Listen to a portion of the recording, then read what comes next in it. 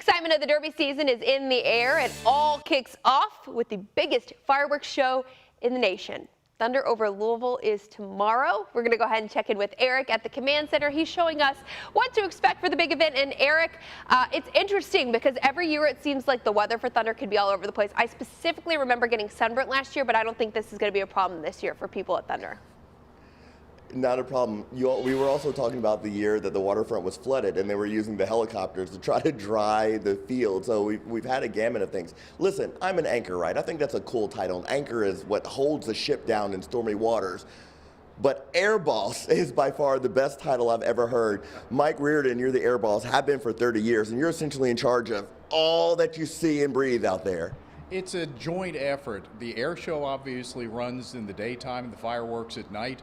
We work with the aircraft on this side. Wayne and his folks work with the fireworks. And so just to kind of give the lay of the land, we're on one side of the Galt House now, one side of the hallway rather. This is where the air show is managed and all the airspace. On the other side is where Thunder Command is and the fireworks. So we keep bouncing back and forth. What does it look like for you while the air show is going on? You've got the small airspace, actually, like the square out there that you're monitoring. Basically, we've got a 5-mile circle around that center of the river that we control, that aircraft have to talk to us coming in and out of. Yes, the box is between the two bridges, between the sides of the river, but we've also got stuff within 5 miles of here also. So we're playing that dance of moving things in and out all day.